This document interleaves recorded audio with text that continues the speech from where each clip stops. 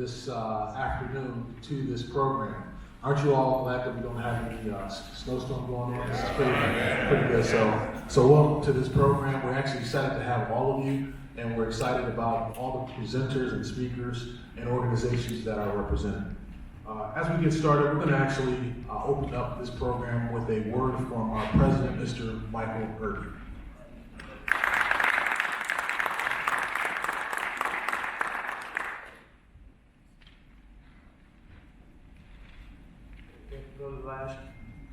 I thank you for showing up. What we're going to do here before we get started into the program, I'd like to share with you the beginning of the 100 Black Men of America Incorporated, how the organization started, and where the organization has went from the beginning to the present of right now. So just sit back. It takes about 15 minutes. Enjoy it and hear the history and see the history of the 100 Black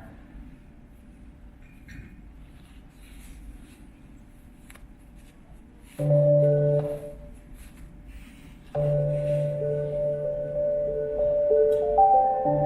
I had started one in New Jersey, and then when I came to California in 1980, we felt we ought to have an organization similar to the one in New York, which was the first one to start. So we started one in Los Angeles.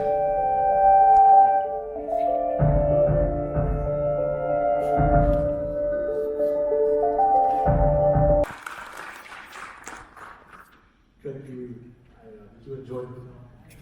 Good. It's a wonderful history of the 100 nationwide. I guess it's starting in here.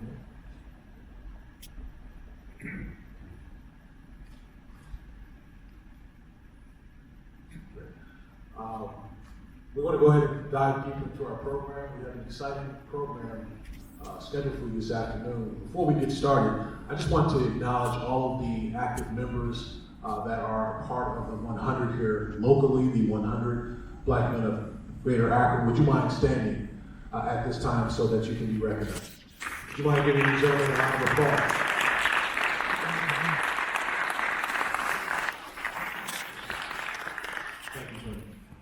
Before we go further, we actually have a wonderful presentation for you. We're going to actually call Ms. Rashida Waheed to the stage, and she is going to share and lift everyone's voice. Would you mind standing as she comes forward?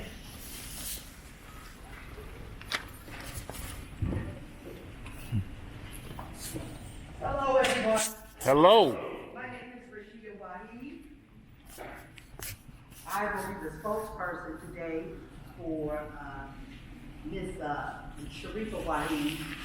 I've been with these generations since I was 15 years old. My mother has been director and coordinator for over 40 years. Amen. And I most definitely am very honored to be here today. Most definitely after taking a look at that history and understanding what the 100 Black Men of Akron Incorporated is doing and what has been established so long ago. So I was very informed about that just a moment ago, so I'm very honored to be here. I'm also a member of the New Mount Calvary Baptist Church in Ravenna, Ohio, under the leadership of Reverend Bobby Grant. I am also the assistant historian in order for the Canoe tribe, which was established here about 3 years ago in Akron, Ohio. We share cultural information and do cultural events by Zoom, and we have used the library as well to share that information. Like I said, it is such an honor. I didn't realize how established this organization was, this incorporation was, so I'm very honored to be here today. Young people, I don't know how you guys, what do you think about when you think about the Black National Anthem? When I think about it, I think about Frederick Douglass, I think about the Revolutionary War, the Civil War, I think about Martin Luther King, the Civil Rights Movement. This is the Black National Anthem. And I will go ahead and grace you right now by singing all stanzas. Lift every voice and sing till earth and heaven ring. ring with the harmonies of liberty. Let our rejoicing rise high as the listening skies. Let it resound loud as the rolling sea. Sing a song full of the faith that the dark past has taught us. Sing a song full of the hope that the present has brought us. Facing the rising sun as a new day begun. Let us march on till victory is won. Stony the road we trod, bitter the chastening rod, felt in the days when hope unborn had died. Yet with a steady beat have not our weary feet come to the place for which our fathers sighed. We have come over away with tears that have been watered. We have come treading our path through the blood of the slaughtered. Out from the gloomy past till now we stand at last where the white gleam of our bright star is cast. God of our weary years, God of our silent tears, Thou who hast brought us thus far on the way, Thou who hast by Thy might led us into the light. Keep us forever in the path we pray, lest our feet stray from the places, our God, where we met Thee, lest our hearts, drunk with the wine of the world, we forget Thee. Shadowed beneath Thy hand, may we forever stand, true to our God, true to our native land, our native land.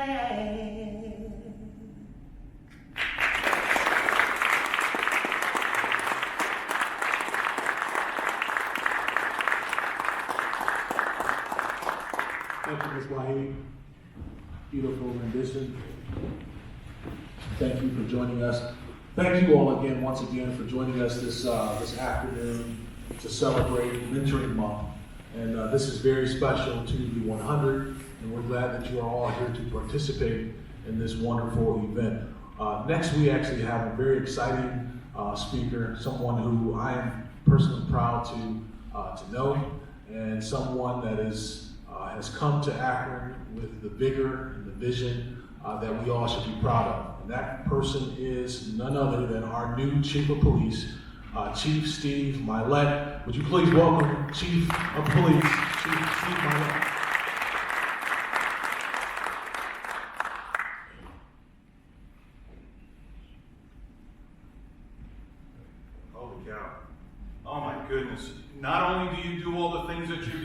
But you got a phenomenal voice as well, man. That was, oh my gosh, that was, Wonderful. touched me. Thank you so much. Thank you. Good afternoon, everybody. Good afternoon. I am so honored to be here with you today. I arrived in Akron 6 months ago, and shortly after I arrived here, I had a meeting with Michael and the local chapter of the 100 Black Men of Akron, and I got to tell you, I started getting excited about the work that they were doing, because it's all of our work. It's everybody's work. When I heard the story of how the local chapter formed, and then thank you for this gift of knowing and seeing the history of where it all started from. What I'm hearing from the people that spoke on the video, I'm hearing vision, I'm hearing hope, I'm hearing, inspiration, leadership. But what I'm hearing at the end is humility. Humility that we all serve something higher than ourselves. And to me, brothers and sisters, this is ordained from God. I truly believe it. The work that's being done, because it's impacting people's lives today and into tomorrow. In any role that I can play in this, I'll be grateful. Whether it's Steve Millett or Chief Steve Millett, it doesn't matter what hat I'm wearing. What they see is what they'll be. What they see is what they'll be. I've seen that play out. When I saw those words, I started going the Rolodex in my mind over the 33 years that I've been a police officer. And people that I've encountered in my life, not only as a police officer, but even growing up on Long Island, New York. What they see is what they'll be. How true is that? Truly, how true is that? If somebody only sees, can I step out in front over here? I'm sorry. If somebody only sees something that's bad, and the only hope they have is that, what hope do they have for tomorrow? They start living for today, and I'm going to do what I want to do, whatever pleases me, because there's no tomorrow. And so what this local chapter does, in the short time that I've been here, is giving that hope that there is a tomorrow. There is something different. There is something better. We all have no doubt, everybody that's in here has had mentors in their lives. I still have mentors in my life. I still turn to people and say, what do you think? But if I'm living in an environment where I have nobody, except the streets. The streets are my mentor. Well, I'm going to become the streets. And then we're going to see destruction. We're going to see the loss of life. We're going to see the loss of life when we see somebody on the ground that's just been shot and killed. But also the loss of life of the person that took the shot. Because that's lost 2 times. So I'm going to ask you all, and I know you're here. You're committed. But to start reaching out to others, because it's fantastic that people are mentoring at the age. Mike, I'm not going to ask you how old you are, brother, because I'm not going to put you on the spot. You're getting up there. But at our wisdom age, this young man and his age, brother, the impact that you have on kids that are closer in age to you, I'm hearing it. I'm hearing it when Mayor Horrigan and I go into the schools recently, and we're speaking, and then there's somebody younger that's there with us. They step up and they start speaking, and you can see there's a better connection because they're closer in proximity of age, because you're living. So the more young people that we can get motivated and everything else, and look, whatever role I can play, I'm in 100%, I promise you. So is my police department, your police department, and God bless you all, and I thank you for having me here. Okay.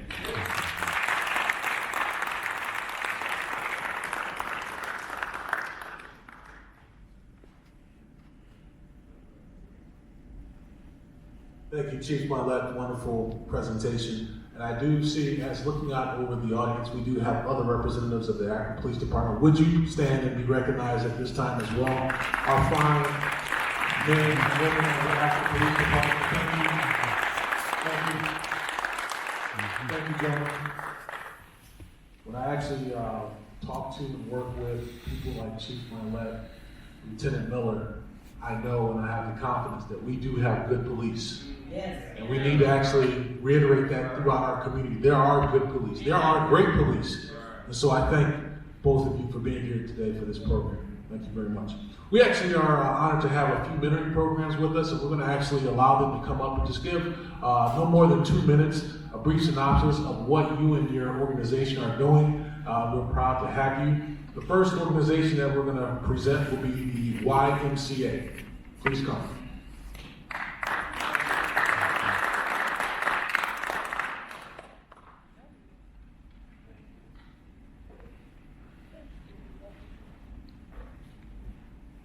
All right, thank you, Brother Lash. Everybody hear me okay? Yes, sir. Yeah, I am the Vice President of Operations for the Black Men of Akron. In addition to that, though, I am also a Vice President at the Akron YMCA, Vice President of Diversity, Equity, and Inclusion. So what does that mean? It means I supervise about 5 programs in the YMCA, and one most particularly is a mentoring program.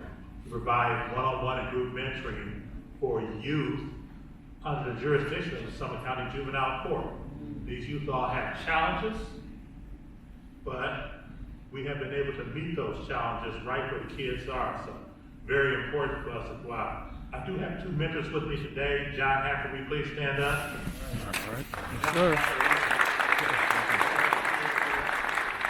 Great guy, I've known John for a long time. Long time. Yes, sir. And at this time, I want to have one of my mentors come up and speak. So Jerome Moss, will you come up here and please share a few words for us?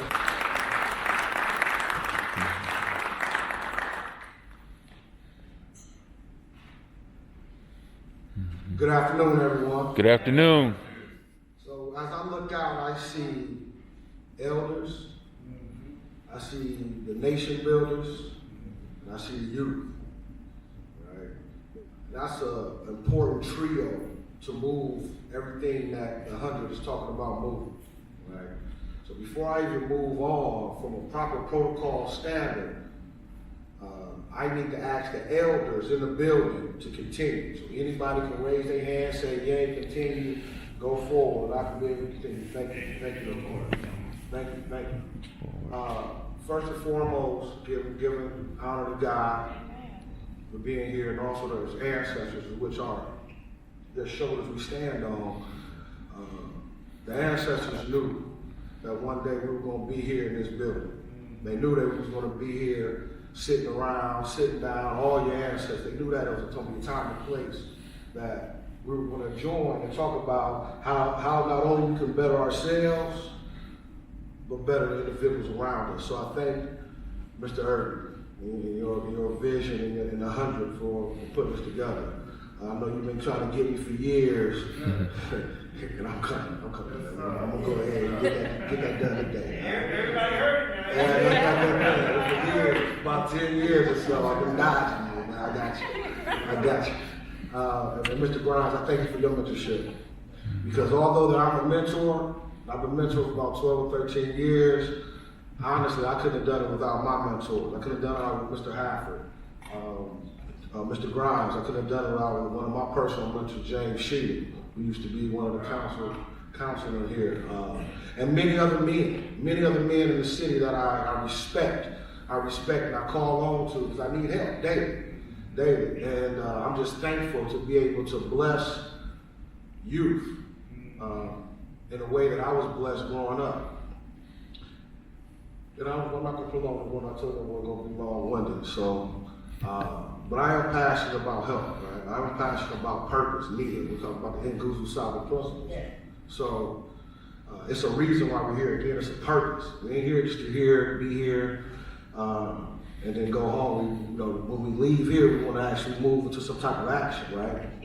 So, with that being said, some of the things that we've done from the YMCA, which was, which I'm been thankful for, have opportunities. We've been able to take kids to Cavs games, Browns games, Indians games, take them out to eat at the Olive Gardens and Red Lobster, you know, just to actually expose these youth to things that they've never been exposed to.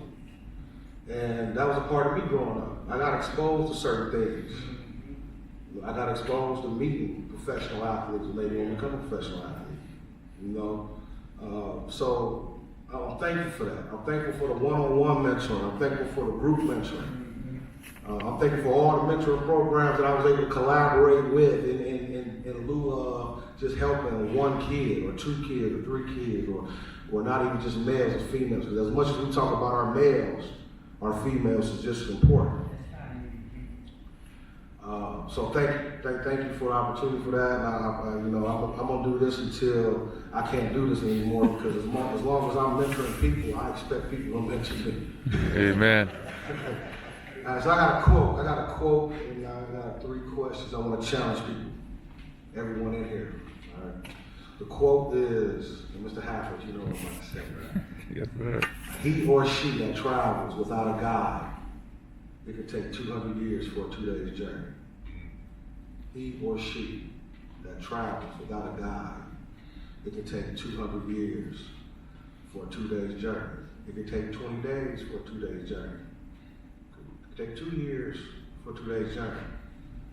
Thing is, we all need a guide. And I got that quote from Alchemy Inc., Dr. Scruggs and his organization, about 10 years back, and it resonated with me. But the challenge I want to leave everybody with today, and I got this from going through a Akron-based African rites of passage about 10, 12 years ago. It really changed my whole outlook on life. Outside of growing up on Howard Street, right? North side. No disrespect to the side. But and I ask these questions to myself all the time, my youth, my kids, my nieces, nephews. But it sits with me, so I ask this. I'm more intent asking this to myself. So I'll ask you, who are you? First question. Who are you? Second question is, are you who you say you are? Are you who you say you are? Third question is, are you who you ought to be? Are you who you ought to be? Thank you. God bless you. God bless you.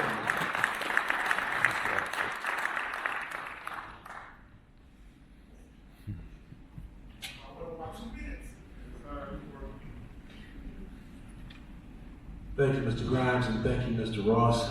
We appreciate those words. We now have the I Care program. Are you present? I Care. Okay. What about First Glance? Are you present? Okay. What about Old Huddle Mentors? Old Huddle Mentors? Okay. Limitless Ambition. Come on, ladies.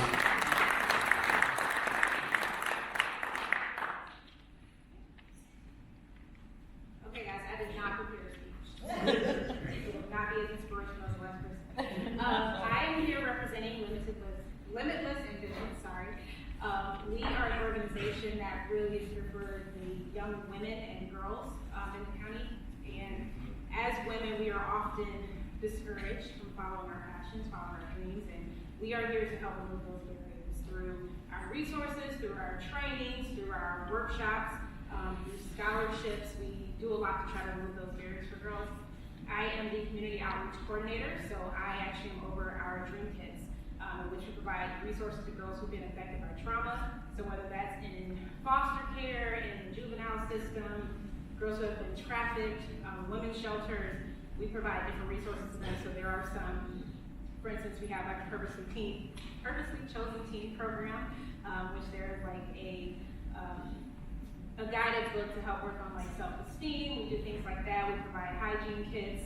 to even to some of the local schools, to the school counselors for, there's always someone who's in need and they're unable to get the resources that are necessary. We are here just helping with this wonderful event. I am appreciative of organizations, all that are represented here, being a person who benefited from that when I moved to Ohio when I was like 4 and we had nothing. So I'm thankful for being present of all you wonderful people. If you know anyone that needs any assistance, you can see me after, or you can look up limitlessambitions.org. And I hope you guys enjoy the event.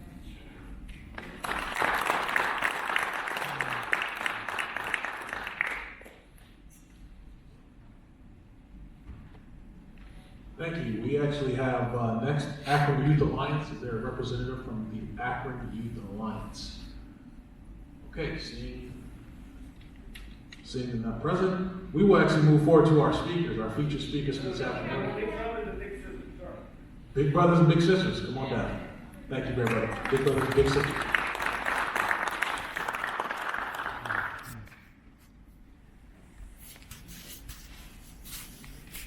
No, I don't know how they forgot about us. I've been working with Mr. Irby the past few months, coordinating Zoom calls. That's how y'all do it.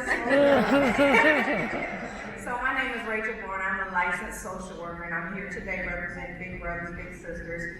This is actually our 50th year anniversary being at Summit, Medina, and Stark counties. I'm gonna make this real short. We specialize in community-based mentoring, which is matching an adult mentor, which we affectionately call our bigs, with our youth starting at ages 6 up until about 14, 15 years old. We call those our littles. We have currently about 80 matches going in our program, and we have about 20 to 30 kids on our waiting list. And at least half of them are waiting for minority mentors. So we interview parents and they say, I'll take any mentor, but honestly, I would like a mentor that represents us. So if we can have an African American mentor, we'll wait for them. So I just want to encourage everybody that if you're looking to have a mentoring experience and want to be a big, go to mentorwithme.org. Or see me out at our table. And mentoring is very, very important, so we're just happy to be here. And if you're a parent looking for a mentor for your child, don't forget about us. There's a lot of great mentoring organizations in Summit County, but Big Brothers, Big Sisters, we have longevity and we're all over the country, so you can see me about that. Shameless plug. Thank y'all. Have a blessed day and happy Black History Month. Thank you.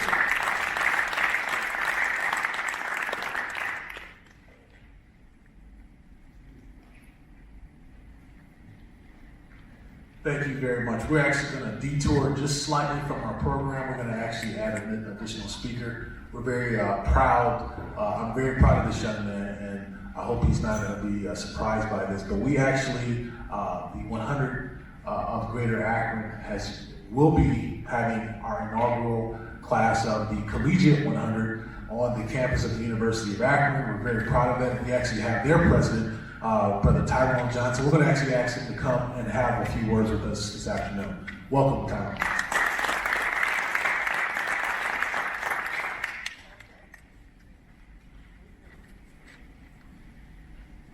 Thank you for the introduction, Brother Lash. I'm very proud, very happy to be here today. My name is Tyrone Johnson, 21 years old. I'm from Columbus, Ohio, and I am the current president of the University of Akron Collegiate 100. 2020, I believe it was, when I got a call from Mr. Irby. I was just chilling in my room. It was on a Saturday, and he came up to me. He wanted to meet with me. So met him outside the parking lot, which is where I stay at, the residence hall. I'm an RA on campus as well. And he gave me the opportunity to take the Collegiate 100 and become the president. And at first, with the initial offer, I was taken back a little bit. You know, it was something that I had never really pursued and really thought about, being a president of an organization. I had always been very involved on campus, working in the admissions office, giving tours, just showing my face around different events and whatnot. But after giving it much thought, I said, you know, all this work and all of this preparation, this involvement I've done on campus, all this knowledge, I think it's time to be put to good use. So with the Collegiate 100, we got about 13, 14 guys that range from different majors such as engineering, business, a little bit of psychology in there as well.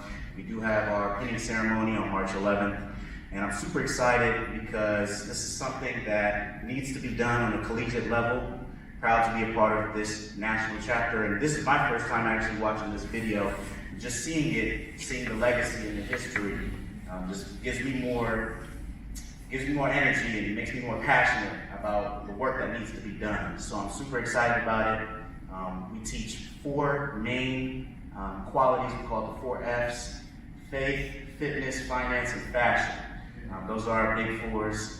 So we'll be teaching that to our students on the collegiate campus and really just helping young men find purpose, bettering themselves, and becoming the best version of themselves they can be. Super excited for the leadership that Mr. Irby and all the members of the 100 have been able to pass down to us. And I'm excited to take this forward 1 year at a time. Thank you.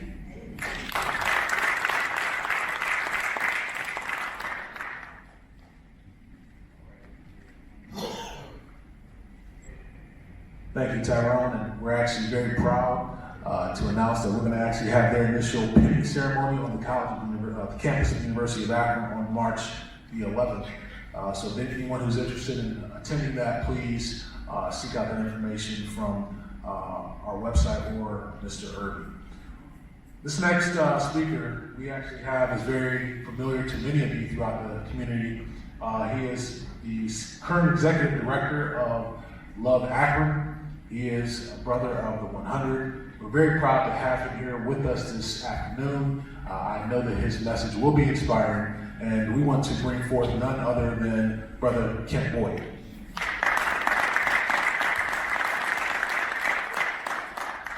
Good afternoon, everybody. Good afternoon. Can everybody hear me? Because I'm not a podium person.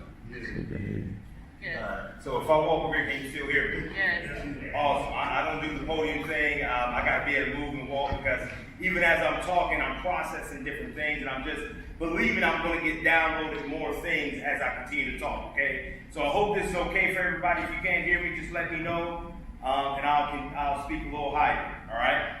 Before I get started, what I want to say, it's always good to see some Rams in the house. All right. Yes, sir. It's always good to see Rams in the house. Even Coach Mitchell back there, he was a little wayward. He's over here with Firestone, but he is a Rams doing too, so it's good to see him. Glad to see you, Coach Mitchell. I'm still upset when they beat us by a point, man. He kept us from going into the playoffs, so I'm just upset with him. Yeah. But really happy to be here with you all today. It's exciting, right? Like what we're talking about is how do we continue to come in to really help our youth? And you've heard it before, and I'm going to say it again. The most important, or the number one protective factor for youth is this, is having at least one strong relationship with an adult. Just one. We're not talking about 10, we're not talking about 100, but just one. Just one. That is the number one protective factor for our young people today. The number one.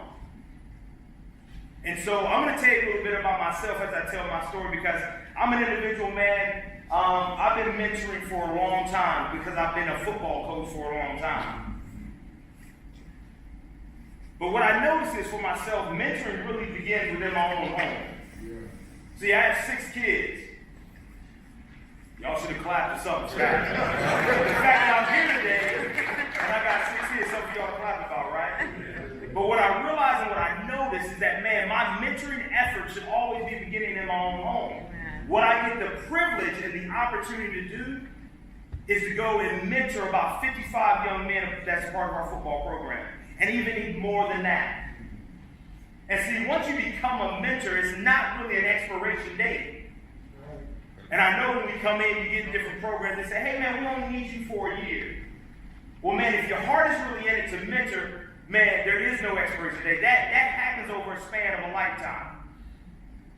And let me just tell you it's true. Because on my way here, I get a text from someone. Let me just pull out and read it to you. He says, happy birthday, Mr. Boyd. Forever grateful for the game I received from you. Enjoy your day. This young man is 25 years old. He was my mentor when he went to Kenmore High School 7 years ago. We had a conversation a week ago. because he was struggling with some things in his life. He was like, man, Coach Bourne, I don't know if I want to have another child. I got one, I don't know if I want another one. And so we spend, man, about an hour on the phone because, man, we had to process where is this really coming from. He said, man, I have one. My girlfriend just told me she got another on the way. He's living down in Kentucky. He's doing really well for himself. He's got some money. He's handling his business. But I said, is it that you don't want to have another child or you don't feel like you're worthy enough to call yourself a father? And he said, yeah, man, Mr. Bourne, I think it's that. And so then we had to go dig a little deeper. Because if you didn't know, that's kind of what it is being a mentor, right? We try not to be on the surface. On the surface is really where we're comfortable at, if we're all being honest. I'm really comfortable being on the surface. But as I started to dig in and ask more questions, more revelation began to come out.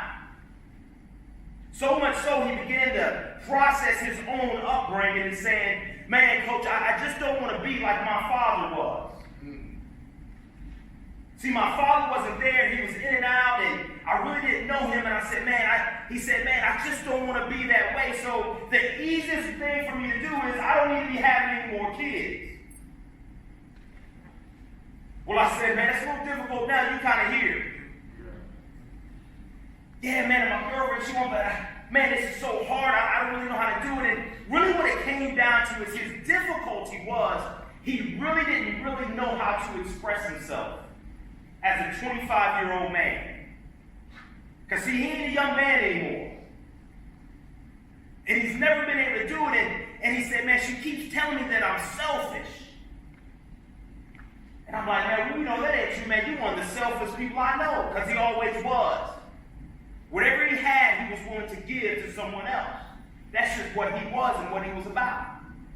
And he was in the streets and he did his thing. But whatever he was doing, he always gave. But the more we processed together, the more I realized, hey man, you are selfish. I said, what she's telling you is that you're emotionally selfish.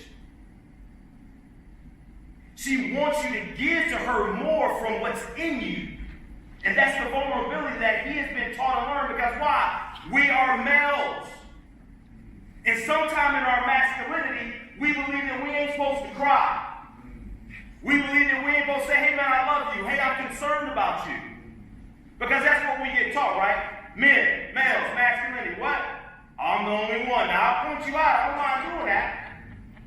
Because that's what we get taught. At least that's the lie we were told. Yeah. And so since we were told this lie, since he was told that lie, since he never saw it exhibited, he really didn't know how to function in it. He didn't know how to give himself, so he was pretty much like, I don't even want to have anymore. Because I really don't know how to give myself emotionally to my daughter. I don't really know how to give myself emotionally to my girlfriend. But he said, but man, Mr. Boyd, like I work, everything is done, and I take care of all that stuff. And I said, man, all that is great. But I said, here's what I had to learn and understand for myself. Love my father. My father was a great man. My father was also a Rolling Stone growing up. And y'all know what that means. Yeah. But I said, you know what? I grew up under the same circumstance that you did. I grew up with a father who really didn't know how to communicate to me that he loved me. And so because he didn't, I spent most of my youth into my 20s seeking validation. And guess what? I was seeking validation from a little bit of everywhere. I was seeking validation from alcohol, from marijuana, from women, from how much money I had in my wallet and my billfold. Because see, that was the masculinity that was shown to me. That was the example that I had. And so, man, I had to transition. I had to learn something different. Because at the end of the day, I didn't know if I was ready. So again, you know, maybe I should have worn a suit today, maybe I shouldn't, I don't know. But see, I wear this sweatshirt because to me, this is what's real. See, in order for us to be the change that Akron needs, we have to first look within ourselves to be that change. I can't look for anybody outside of me first. I can't look at the politician. I can't look at the pastor, right? I can't look at anybody else, but first it's got to start within me. And so if we really want to show young people how much we care, it's going to start with us being the change that they need. See, they need mentors. The sister just came up and said, man, we don't have enough mentors. We don't have enough individuals that are stepping up that look like these young men that are saying, hey, I want to come and give you some time. I want to come in and sow into you a little bit because why? What is wisdom? Wisdom is this. It's simply go and get it. Our young people today don't have anybody that's trying to give them wisdom, or at least it's not enough of us. So we got to stop for a second. We got to really check our calendars and our own agendas. Because here's what we don't need. And let me just say this. I don't want nobody that wants to mentor to say, oh man, I'm going to go and meet with some young people. I'm going to go have a meeting with some young people. One thing I realized is, man, I never want to do a meeting again in my life. And it's not because I don't like meetings. What I want to do and what I want to attempt to do with the players that I coach, with other young men that I mentor, first of all, I want to encounter them. So I have encounters with them. And the reason why I do that is because based on what I believe from a faith perspective, that's what I believe Jesus did for me. He encountered me and met me all in my mess. He wasn't trying to clean me up. He wasn't trying to condemn me or make me feel guilty or judge me. He just wanted to meet me exactly where I'm at. So here's my challenge and my call to action for all of us. If you want to be a mentor, please go in with that mindset. Don't go with the mindset of trying to fix a young person. Because if you go with that mindset, you are one of probably 1,000 that's tried to do that. Don't go in trying to fix somebody. Just go in to encounter them, to meet them in their mess, and teach them that their trouble can be their transportation. That's what we have to do. That's what we're called to do. It's not just simply to meet with them, to give them a couple of things, throw them some, and try to change them. Because you ain't going to change nobody in a day, in a month, in a week, in a year. You're not. I've been in communication with that young man from the time that he was a sophomore in high school. He is now 25 years old, a man. And he's still calling me, and I'm still calling him. Why? Because even me, at 46 years of age today, I still have people that mentor me. There are still people that are speaking to my life that encounter me exactly where I'm at. And so, let's just accept the call that we've all been given.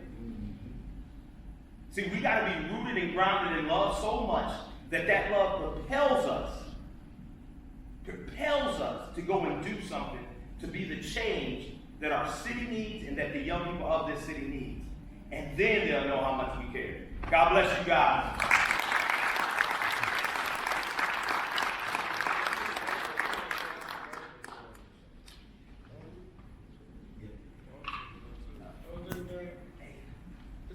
Happy birthday, man. That was Man, I wonderful. appreciate you now. Everybody say happy birthday to Coach. Happy birthday. You're gonna hang out with us on your birthday. That's something special, man. So thank you very much. I didn't know you were gonna bring the heat like that, but thank you very much for that presentation. This next speaker we actually have, I'm very proud to present. I've known him. We actually kind of lost touch, but I actually known him since he was a kid. He actually grew up across the street, and I used to see him as a little 2-3-year-old on his little tricycle going up and down the street, just to see the young man that he's grown into be. I am very proud of him, and just looking forward to hearing what he is coming to share. We have a former mentee, and would you please welcome Mr. Jaheem Peak to the stage to speak with us this afternoon.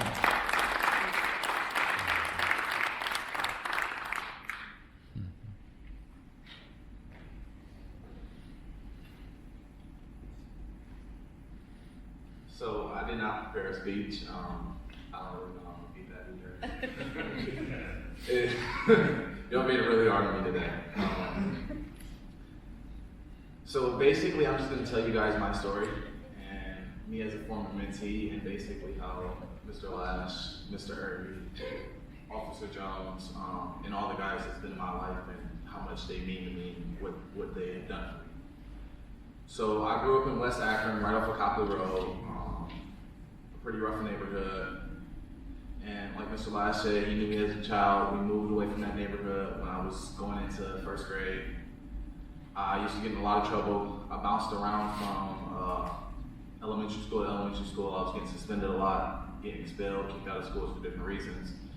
So then one day at church, I ran into Mr. Irby when the Akron 100 was first being brought upon the city of Akron, and they were basically recruiting kids, and he snatched up my brother. He was also getting in trouble, but I was too young. But I wouldn't take that for I wouldn't take no for an answer. I kind of stayed around, annoyed him, broke things, got in trouble, but he never gave up on me.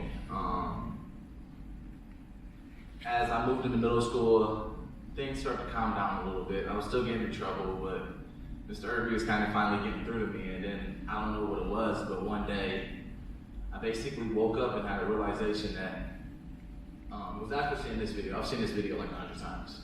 Kind of tired of seeing this video.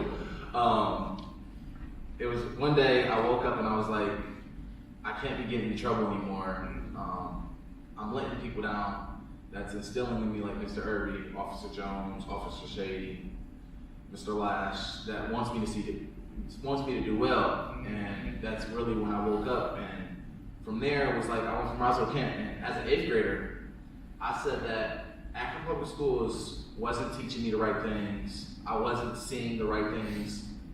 Like Chief Lee said, if you just see the streets, you're gonna be in the streets. And I was like, I gotta get out of here.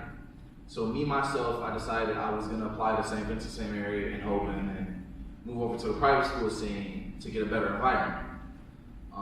I got into St. V, I got a scholarship, and I decided that I was gonna ride the bus every morning to school my freshman and sophomore year. And I would get up at 6 a.m., hop on the bus, ride over there. Actually, the summer of my 8th grade year, I was having a conversation with Mr. Irby, and I was like, I don't know how I'm gonna pay for this because I was on my own. My parents, they did not like the idea. I was on my own. I was like, I didn't know how to pay for this. And he got me a job working with this guy at A&B Tennis. And I worked all summer. I saved money, and I was able to go there. And then at St. V, it's a lot more rigorous. I felt academically ineligible. And that was probably the thing that changed my life, is because as the football players know, week 9 of the football season is when the grades close. That's when you know if you're going to be eligible to play in week 10. And if you make it to the postseason, that's telling you if you can play in the playoffs or not. I was ineligible. I was a starter as a sophomore, and it broke the team. My coach was disappointed in me. I was disappointed in myself. And then to go see my team lose in the Final Four, kind of because the guy that was playing, he wasn't producing, it hurt me, but also motivated me to drive and fight. And I'm proud to say my sophomore year, the first quarter, I finished with a 1.7 GPA, which is ineligible. At the end of the third quarter, I had a 3.6. And it wasn't because I was stupid. It wasn't because I needed extra help. It was because I simply didn't care and didn't take the time to do the work. Once I sat down, I was like, okay, I have to do it. I was like, this is easy. It doesn't take much time. You should put the time to the side and do it. And off of those lessons, I was able to see guys like Mr. Irby and all of them. They were always in my ear, and they were always doing good things, and I always wanted to be like them. So I'm proud to say, from following after that as a mentee of the program and graduate of the program, I went from being an ineligible athletic kid, ineligible football player at St. V, getting into fights left and right, stealing everything that I could get my hands on, so I'm now a resident assistant at John Carroll. I play football on their football team. I was actually the first football player and a resident assistant at the same time. I started as a freshman. And this past spring, I ran for student government, and I got elected to be the director of business affairs for the executive board, which that's something a number of football players never done. And like we've all said, no matter how large you are, you're always going to grow, and you're going to always have more room for growth. So over this winter break, I had the daunting task of staying on campus with the foreign exchange students all winter break, and it was really boring. But that gave me a lot of time to read, think, and grow.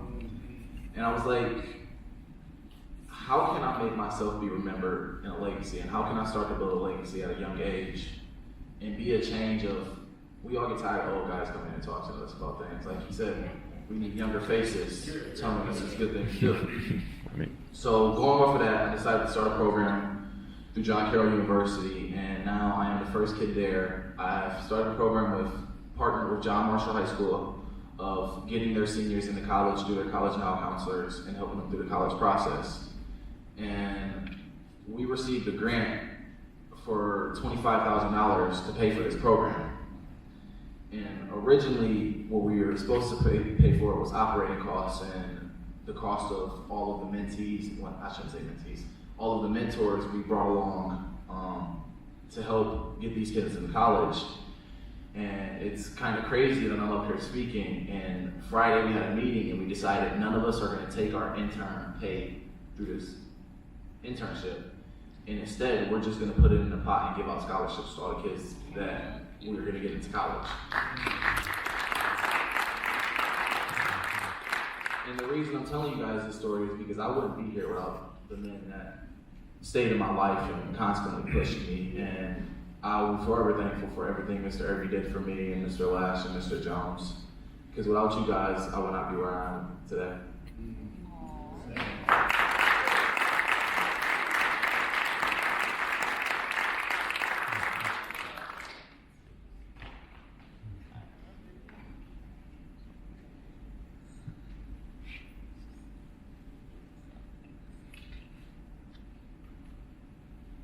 Handing out my card because the Akron Police Department is hiring. Where you going?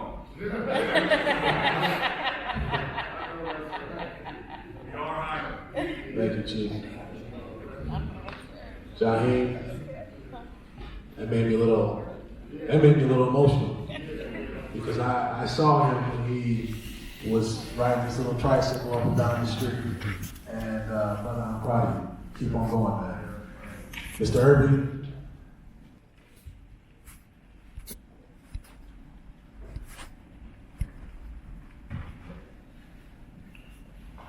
Well, good morning, everybody. Good morning. I say good morning because it's morning somewhere still, right? Somewhere. I wanted to do something because when I was a kid, whenever I get real nervous, they put us on the bus going to school doing segregation, and there was a time when we were afraid to go to school. Now, I'm just old enough to be able to be going to school when there was court-ordered desegregation. Yeah. And my parents armed us with the messages that you are sending forth here today. Shaheem, I mean, hey, I wish I had recorded it. Did somebody record that message? Because it is fantastic, the things that you are doing. It's outstanding. I think you need another round of applause.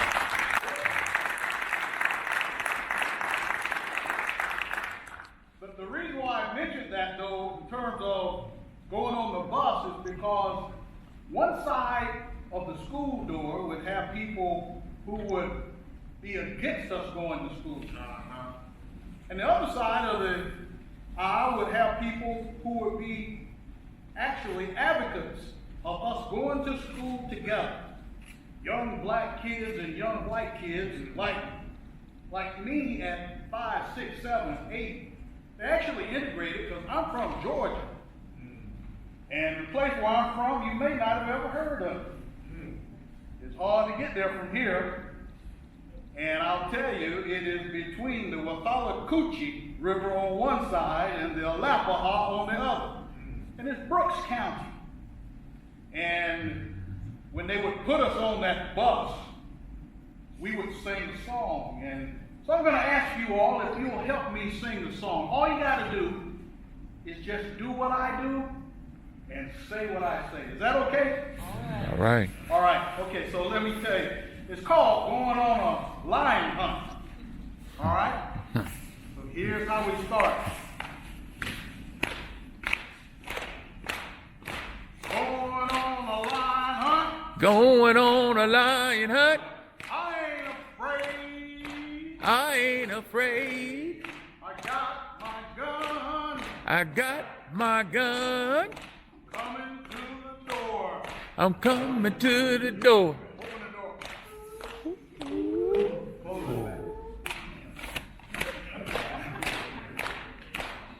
I'm going on a lion hunt. I'm going on a lion hunt.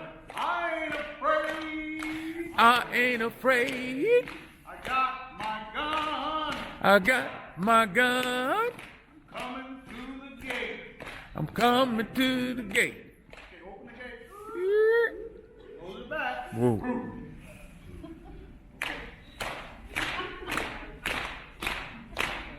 I'm going on a lion hunt. I'm going on a lion hunt. I ain't afraid. I ain't afraid. I got my gun. I got my gun. I'm coming to some grass. I'm coming to some grass. All grass. Tall grass. New grass.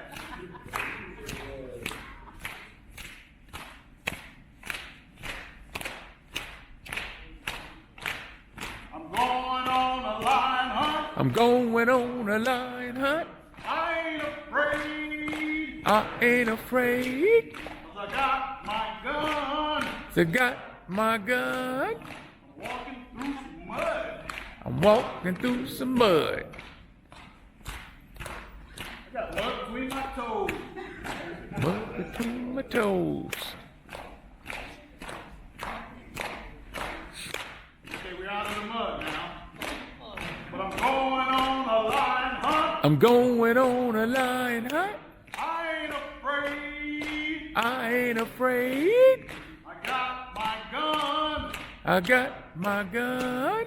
I'm coming to a tree. I'm coming to a tree. We're gonna climb the tree.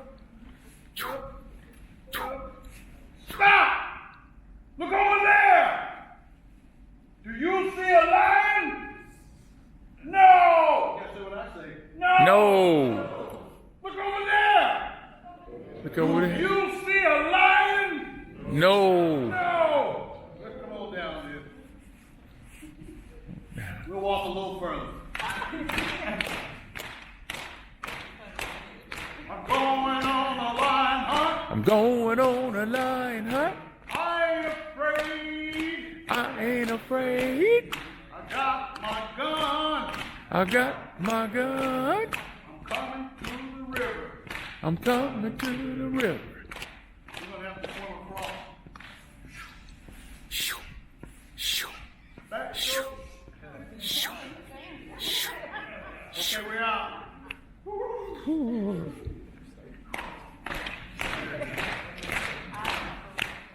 I'm going on a lion hunt. I'm going on a lion hunt. I ain't afraid. I ain't afraid. 'Cause I got my gun. I got my gun. I'm coming to a hill. I'm coming to a hill. Walk over here.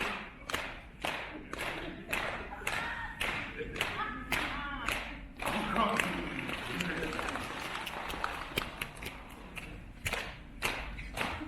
I'm going on a lion hunt. I'm going on a lion hunt. I ain't afraid. I ain't afraid. 'Cause I got my gun. I got my gun. I'm coming to a cave. Coming to a cave. It's a dark cave. It's a dark cave. I can't see anything. Anything.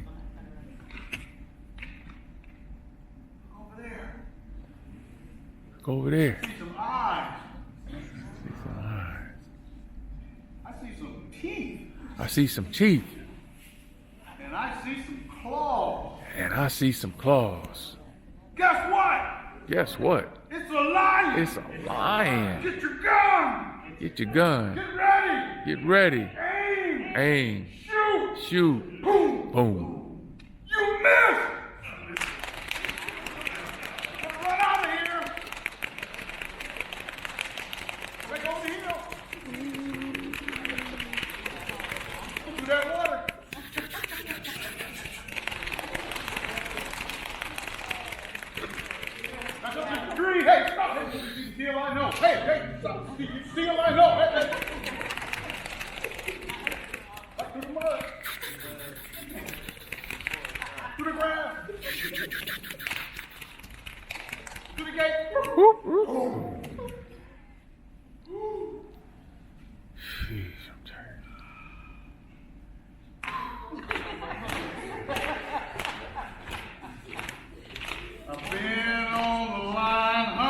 Been on a line hurt. I wasn't afraid. I wasn't afraid.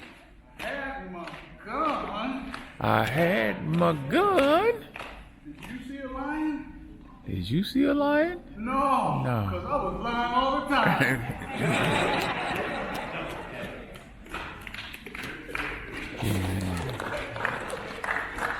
Well, that's not good. I come to you standing on the shoulders of many. As I told you, my name is Sam DeShay here, and I actually came to this town as a graduate student at the University of Akron. But in the nomenclature of those of us who serve, you'll find that it's embedded in our DNA to give back, to be those that leave a trail for the future. When Sister Rashida got up to sing the song, Lift Every Voice and Sing, it made me harken back to my undergraduate days at Clark Atlanta University, where the song was written. And at that time, when I found out that James Weldon Johnson also was a student at Clark Atlanta University, it gave me pause. It gave me an opportunity to look at and evaluate what kind of person would I be? And what kind of legacy would I leave? And so today, here I am, I stand on the shoulders of many who have served in the vineyards to produce and to market the products of our toil. As the chief can tell you, the products of our toil are better living conditions in our community. Self-esteem, better quality of life for citizens who are in the areas where we live. Small world that the chief just told me that he actually served in the military with a young man who was small enough to be about Raheem's age, and he was describing the same story that Brother Lash was telling about Raheem. I'm older than Johnson, but I knew him, and I knew his older brothers, and so he would always tag along sometimes to the basketball court. Sometimes he would tag along with us to the football field. But what we found out is that the service that we give is the rent that we pay for the space that we occupy. And so those of us who serve are paying our rent. And if you don't pay your rent, you must give up your space. I think I heard Muhammad Ali say that after the Thriller in Manila. What we're saying, though, is that through mentoring, we are sending a message to a time that many of us may never see. But that message would be clear, that we were people who cared. We are people who have given all that we have, all of our God-given talents, to make sure that we can improve our communities, that we can give and have a lasting legacy. That we are the ones that in years to come, hundreds of years from now, when paleontologists of tomorrow dig up our bones, they'll be able to look at them and say, this was a great people who served well. And the legacy of their service still stands today, even though they may not be here with us. So I just want to tell you that there is a purpose for our service. We are living in a strange new world.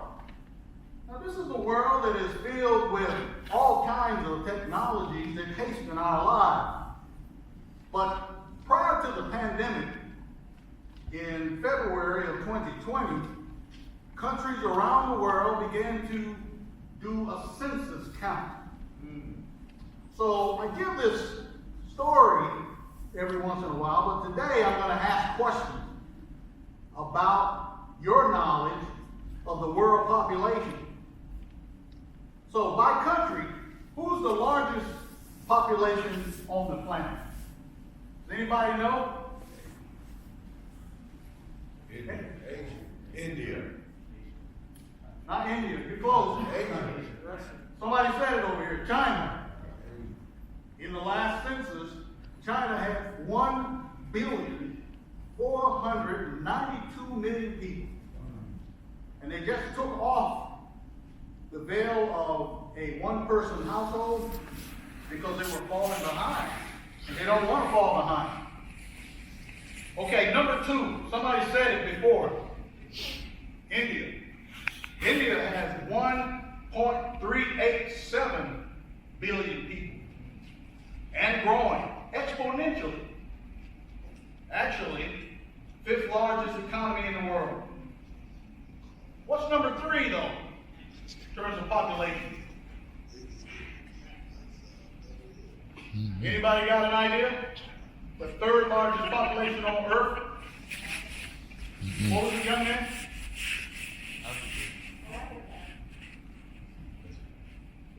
On the continent of Africa, there are a lot of countries, but is there a particular country? Sudan. Let me give it to you. In the 2020 census, became the United States of America. We haven't grown by immigration based on what, we haven't grown by population growth, by birth rate, like what everyone would think. But we have grown by immigration. And so you've heard lots of controversies over time about where people are coming from and how they're coming to America and whether or not the talent pool in America can withstand the competition. And so there are some people who are trying to do their best to make sure that the competition, if it comes, that we can meet the challenge. Let me tell you another one. What's number 4? I won't go more than 5, and then I'll let you go, and I'll tell you the rest. Anybody got an idea what number 5 is? And for me, I've been there a couple of times, but we have 2 companies that source polymer products from the country. And all of our companies that are here are based here, all exported from this country to Akron, Ohio. And because of this country, Akron, Ohio exists today. What country is that? 4th largest population on the planet. Brazil. Nope, not Brazil. What's close though, Brazil used to be number 5, now it's number 6. Okay, I'll tell you. Indonesia. Most people haven't even heard of Indonesia, right? The point is that Indonesia has 271 million people in counting. I'll give you the last 5 and one bonus. Number 6 is Pakistan. Number 7, the only country on the African continent, Nigeria. Number 8, which when I was in the 1st grade, it changed its name since then. It used to be called West Bengal. Do you know what that is? Anybody who's old enough to remember that? Bangladesh. Bangladesh now has 172 million people. This is one that everybody should know. They're lining their troops up on the edge of the Ukraine now. They want to encompass the largest European country and its border on the opposite side. So you know who that is. Russia. And number 10.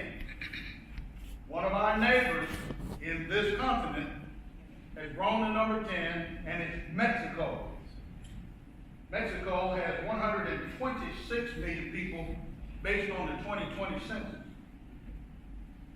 And I'll tell you what number 11 is, because I feel sorry for them, because they had a one-person household one baby per household source too for the last 20 years. And it's Japan, one of the most prolific countries in the world in terms of gross GDP. But because of their population growth strategy, they've now fallen to number 11, and they're about to be overtaken by 2 other countries. But the point is, in the book by Thomas Friedman called The World is Flat, it said talent in your futures will come from anywhere. Talent will come from anywhere, places that you've not heard before. What you'll find is that we are in a worldwide search for talent. And being that we're in a worldwide search for talent today, we must send that message to the future. We must equip young folk to be able to compete. We must be able to have them carry the message in bio, polymers, in medicine, in engineering, in science, in law, in business. All of the protocols of what we know today that has made America great. This is a time for all of us to stand up, do our parts to make sure that we are sending that message to the right place. Because if not, we're going to fall behind. I'm here to tell you that this is also the age of resignation. I don't know if you've been hearing about this, but since the pandemic, it's difficult to find people who really want to go to work. I saw the chief take his opportunity to make sure that if there was a possibility, find somebody who wants to go to work, that he was going to do it. But I'm just here to tell you that, and not to frighten you, but in the full fulcrum of what's happening in the world marketplace, we are at a place where we are looking at all of the elements, all of the finite elements that are modeling our futures. And we are seeing right now that if those who are not prepared today will not go into the new age, the age of innovation. We are looking at several things, even the future of our mobility.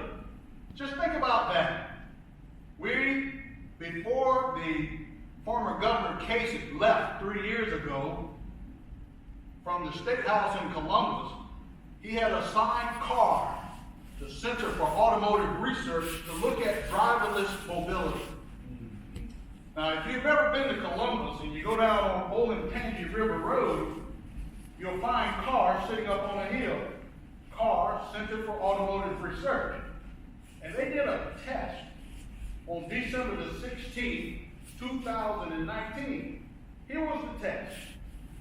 They had a truck, semi, that left the parking lot, came out to the street, went on to 315, which is the Columbus Intervale, went up to 271.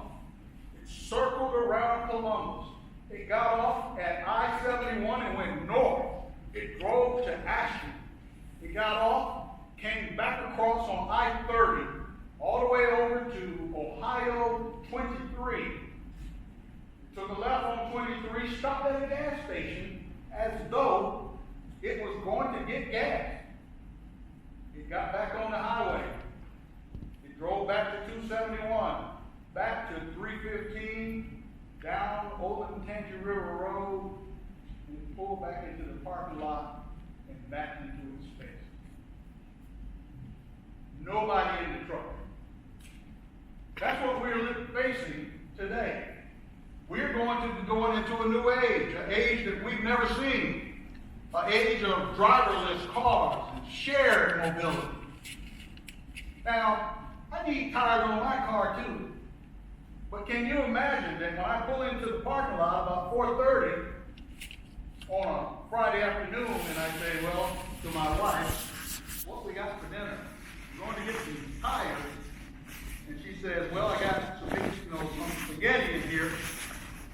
And I come in and I sit down, and she said, I thought you were going to get tired.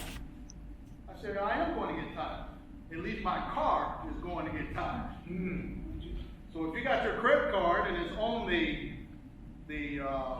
computer chip, your car will leave, go up to the Sears or go over to the Goodyear Service Center or Firestone, and you'll get tired, come back, and you'll open your computer and see what it costs.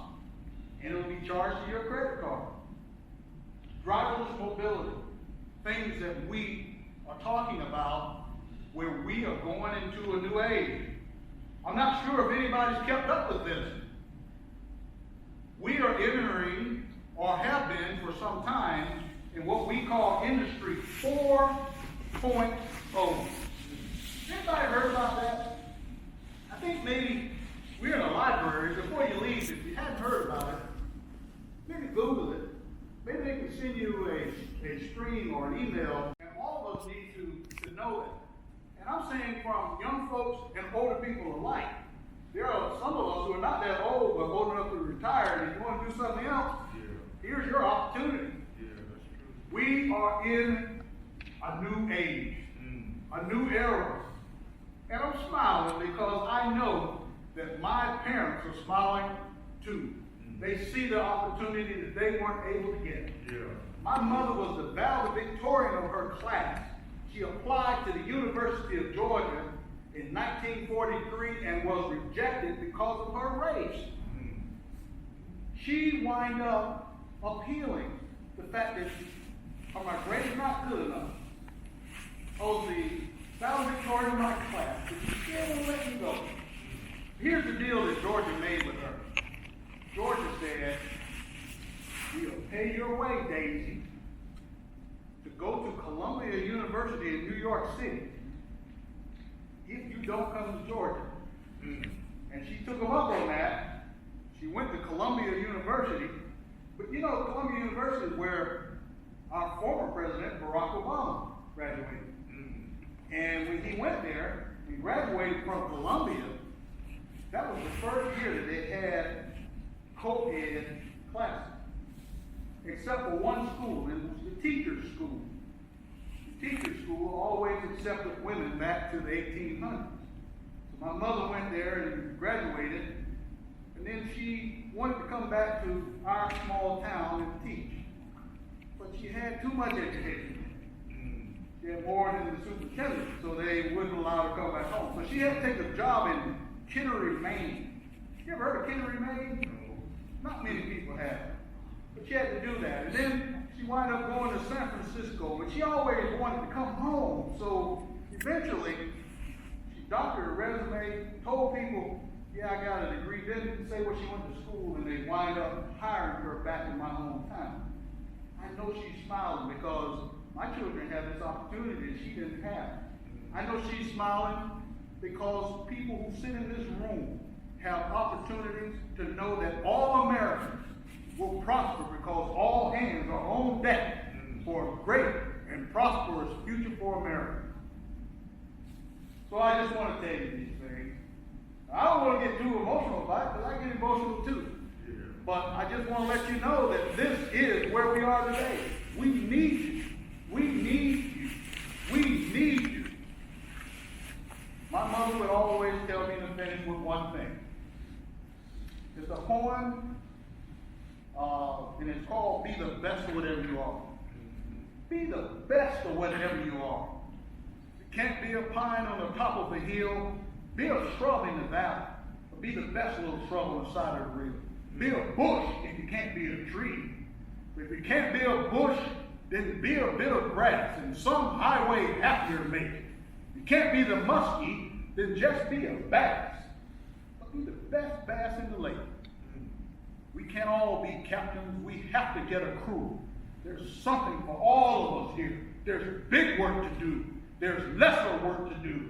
And the task we must do is new. You can't be a highway, then just be a trail. You can't be the sun, then be a star. For it isn't by size that you win or you fail, but you must be the best for whatever you are. Congratulations, 100 black men, and I want to tell you that Tommy Dortch was a student at Clark, same time I was, and I always looked up to him. He was a grad student and I was an undergrad. And I think he joined Omega, so I told him we forgive him for that. So thank you so much. God bless you all.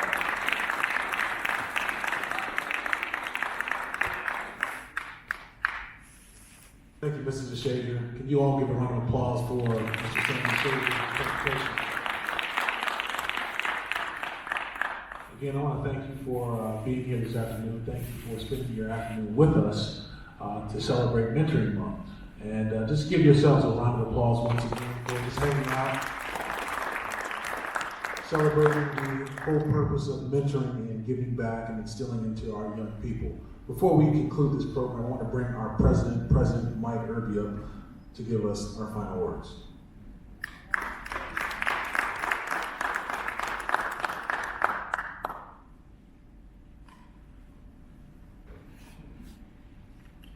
First of all, I want to thank everyone who is here today celebrating National Mentoring Month with the 100 Black Men of Akron. This is one of our major events. This is the third annual one, and next year we hope that many of you are here to come back again next year to help celebrate our mentoring celebration. We have this event every year to celebrate what we do and what we stand for here in Akron with the 100 Black Men and also the chapters across the country. We don't take mentoring lightly. It's the focus and the framework of all the work that we do. We basically want our young youth to understand that mentoring is very important and that the 100 is here for everyone in the city of Akron. This year we wanted to try to bring as many of the mentoring programs in Suffolk County together to show our youth that it doesn't matter what mentoring program that you're involved in. If you need mentoring, then here's some of the organizations that we would like to share with you. You know, there's some parents that would prefer to take their kids across town or wherever it may be. The 100 just want to give you an opportunity to share that there are other mentoring programs at Akron. And, you know, the 100 feels that the more mentoring programs working together, the more youth that we can serve. And that's the focus of celebrating National Mentoring Month. I want to thank Steve Boyd, president of the Rotary Club here in Akron, that sponsored this event for us this year. I want to thank all our guest speakers that are here today and our youth. I would say to you young men, I know there's some athletes out here, I would say stay in the game. Stay in the game.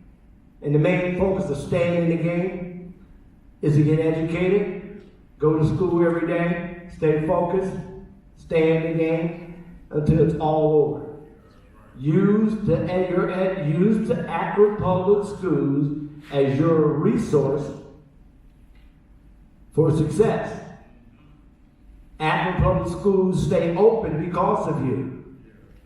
If you didn't attend school, we wouldn't have no schools. So don't let the school work you, you work the school. Stay in the game. What I like to do, all our members that we have here today, I'd like to have all you guys back over here to the right if you can. We're going to get a real quick picture. Once again, we have vendors out in front that have information to give you. Also, we have some refreshments outside, so make sure that you get them before you leave. Also, if you did not receive a t-shirt, please take one with you. If you are a vendor here and you have some of your workers that did not attend today, pick up a shirt for them also. Once again, thank you for coming.